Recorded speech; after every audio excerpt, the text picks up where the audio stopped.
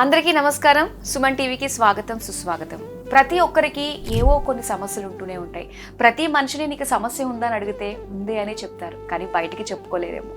మరి మనలో చాలా మందికి సమస్యలు రావడానికి కారణాలు కాలసర్ప దోషాలు, చేతబడులు, అలానే దృష్టి దోషాలు. దీనివల్ల ఎన్నో రకాల సమస్యలు, చివరికి ఒక కుటుంబం రోడ్డు మీదకి వచ్చేసే పరిస్థితులు కూడా ఏర్పడుతూ ఉంటాయి. అలాంటి పరిస్థితుల్లో మనకి అక్షయ సిద్ధిని కల్పించే విధంగా దాదాపు 300 సంవత్సరాల గురు పరంపరతో అటు మనకి ఐశ్వర్యాన్ని, అదృష్టాన్ని, విజయాన్ని చేకూరుస్తున్న మహానుభావులు శ్రీ శ్రీ శ్రీ గురు మహారాజ్ రమణ యోగిలాల్ గురూజీ గారు. వారి హస్తం అక్షయ నిధి, వారిచ్చే అదృష్ట రత్నం అష్టైశ్వర్య నిధి. ఎంతో మంది పారిశ్రామికవేత్తలు, రాజకీయ నాయకులు, జీరోలుగా కెరియర్ స్టార్ట్ చేసిన హీరోల వరకు ఎంతో మంది లబ్ధి పొందారు ఆయన హస్తం ద్వారా, ఆయన ఇచ్చిన అదృష్ట రత్నం ద్వారా. ప్రపంచ వ్యాప్తంగా ఎంతో మంది భక్తులకు తాము ఇచ్చే అదృష్ట రత్నాలతో కోటీశ్వరులు చేసిన మహానుభావులు శ్రీ శ్రీ శ్రీ గురు మహారాజ్ రమణ యోగిలాల్ గురూజీ గారు మనతో పాటు ఉన్నారు. నమస్కారం గురువు గారు. ఓం నమో ఐం హ్రీం శ్రీం క్లీం గ్లౌం సౌహ కయే ఈలహ్రీం హస కహలహ్రీం సకలహ్రీం అదృష్ట మహాలక్ష్మి సర్వ ఐశ్వర్యం ఆనందం ఆహ్లాదం శీఘ్రం అత్యధిక అద్భుత మహోత్సవ ధన భూ స్వర్ణలాభం సర్వ మనో కామనాభీష్టం సర్వైశ్వర్యం తక్షణం దేహి ప్రీచ స్వాహ. అఖండ ఐశ్వర్యం అఖండ ఐశ్వర్యం అఖండ ఐశ్వర్యం అదృష్టం తక్షణం దేహి ప్రీచ స్వాహ. శుభం భూయాత్తల్లి. అసలు మీ దగ్గరికి రావాలంటే వాళ్ళకి టైం బాగుంటేనే మిమ్మల్ని కలుస్తారు. అదృష్ట రత్నాన్ని వాళ్ళు ధరిస్తారు, దాంతో మిరాకిల్స్ చూస్తారు. అష్టైశ్వర్యాలు, విజయాలు కూడా వాళ్ళకి ప్రాప్తి వస్తుంది. అలానే నాకు ఒక సందేహం గురువు గారు, మరి మనకి ఇండియాలో అయితే రత్నధారణ దీనికి సంబంధించి అన్నీ కూడా ఒక రకమైన శక్తిని వాళ్ళు తీసుకుంటారు అన్నది ఉంటుంది. అయితే విదేశాల్లో ఉన్న వాళ్ళకు కూడా ఈ రత్న శక్తిని వాళ్ళు అనుభవిస్తున్నారంటారా నిజంగానే? అమ్మ, ముందుగా ఇక మీరు అడిగే సందేహం చాలా చిన్న సందేహం అమ్మ. మీరు మా ఛానల్ సరిగ్గా ఫాలో అయినట్లేరు. ఒక్కసారి ఫాలో అయితే మీకు కరెక్ట్గా ఐడియా వస్తుంది. ఎందుకంటే విదేశాల నుంచి ఎన్ని వేల మంది ఇక్కడి నుంచి విదేశాలు వెళ్ళిన వాళ్ళు, విదేశాలు వెళ్ళంగానే అందరూ ఏమనుకుంటారంటే విదేశీ వెళ్ళడం గొప్ప అనుకుంటారు. విదేశీ వెళ్ళడం అస్సలు గొప్ప కాదు. విదేశీ వెళ్ళడం అంటే మన ఊరి నుంచి పక్క ఊరికి వెళ్తాం. విదేశీ వెళ్ళిన తర్వాత ఉన్న ఊరిని కన్న తల్లిని వదిలి వెళ్తున్నారు కాబట్టి ఇక్కడ వాళ్ళు కనుక సంవత్సరానికి ₹1,00,00,000 సంపాదిస్తుంటే మీరు 100 కోట్లు సంపాదించాలి. మీరు ఎందుకు వెళ్ళారనే విషయం ఇప్పుడు మైండ్లో పెట్టుకోండి. జనరల్గా విదేశాలు వెళ్ళిన వాళ్ళు 10 సంవత్సరాల తర్వాత కూడా వాళ్ళు చాలా ఇబ్బందులు, ఎవడో ఫ్రెండ్ ఇంట్లో పడుకోవటం, ఎవడో ఒకసారిలో ఉండటం, పెళ్లి కాకపోవటం, భోజనానికి ఇబ్బంది. ఇక్కడేమో మహారాజుల్లాగా బతుకుతారు, అక్కడికి వెళ్ళి చాలా చాలా ఇబ్బందిగా బతుకుతూ ఉంటారు చాలామంది.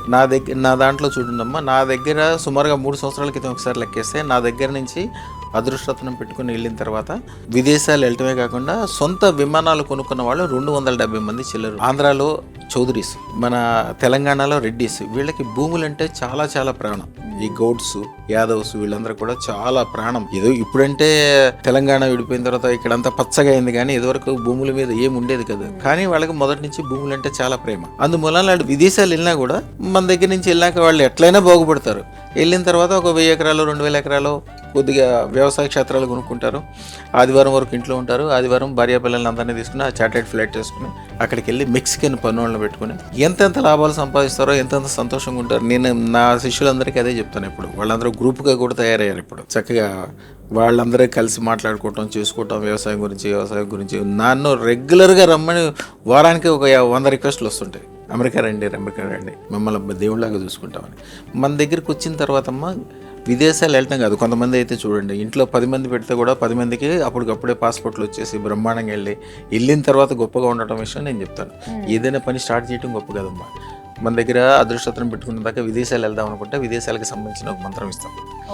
ఒక తెల్ల కాగితం తీసుకుని దాని మీద ఆంజనేయ స్వామి గుడి నుంచి తెచ్చుకున్న సింధూరంతో స్వస్తికి పూసి, స్వస్తికి రాసి పడమడు గోడకి ఎదురుగుండా కూర్చుని మేము ఇచ్చిన మంత్రం చదవాలి. విదేశాలు వెళ్ళటం చాలా చిన్న విషయం వద్దు, వెళ్ళటం కాదు, వెళ్ళిన తర్వాత విపరీతమైన సక్సెస్ ఉంటుంది. సంవత్సరంలోగానే ఇల్లు కొనుక్కోవటము, పెళ్లి చేసుకోవటము. ఒక అమ్మాయి అయితే కెనడాలో ఉంటుంది. ఆ అమ్మాయి చదువుకోవడానికి వెళ్ళిన తర్వాత మంచి సంబంధం కుదరడం, అది కూడా చాలా చాలా మంచి సంబంధం. అది అసలు అలాంటి సంబంధాలు ఉంటాయని కూడా తెలియదు. అమ్మాయి మామూలుగా చదువుకోవడానికి వెళ్ళినప్పటికీ ఒక చోట ఉద్యోగం చేస్తూ ఆ ఓనర్ తోటే పార్ట్నర్షిప్ తోటి మళ్ళీ వేరే సంస్థ పెట్టి సొంతగా అపార్ట్మెంట్స్ కొట్టుకుని అద్దెకి ఇవ్వడానికి వీలుగా ఎన్ని వ్యాపారాలు చేస్తుంది, ఎన్ని వ్యవహారాలు చేస్తుంది. ఆ అమ్మాయి ఏం చెప్పిందంటే, స్వామి మీరు నన్ను ఎప్పుడు అదృష్టం పెట్టుకున్నప్పుడు సొంత విమానం కొనుక్కోమని చెప్పారు కదా స్వామి, నేను ఇప్పుడు త్వరలో కొంటాను స్వామి అని చెప్పి మీరు టెస్ట్ మెడల్ చూపిస్తాను చూడండి. ముందు అమ్మాయి గారి కోసం అదృష్టం పెట్టించాము. పెట్టించాము. అమ్మాయి వెళ్ళిన తర్వాత కూడా చాలా అనుకూలంగా అన్ని కూడా పాజిటివ్ గా ఈ రోజు మంచి స్టేటస్ లో ఉంది. అక్కడ మంచి పొజిషన్, సొంత ఇల్లు కొనుక్కున్నాను. మీ అమ్మాయి నాకు పెడతా ఉంటది, నేను త్వరలో విమానం కూడా కొంటాను స్వామి, మీరు దీవిచ్చారు నన్ను, విమానం కొనగలిగే స్టేజ్కి వెళ్తానని, నాకు అలాగే ఆశీర్వాదం.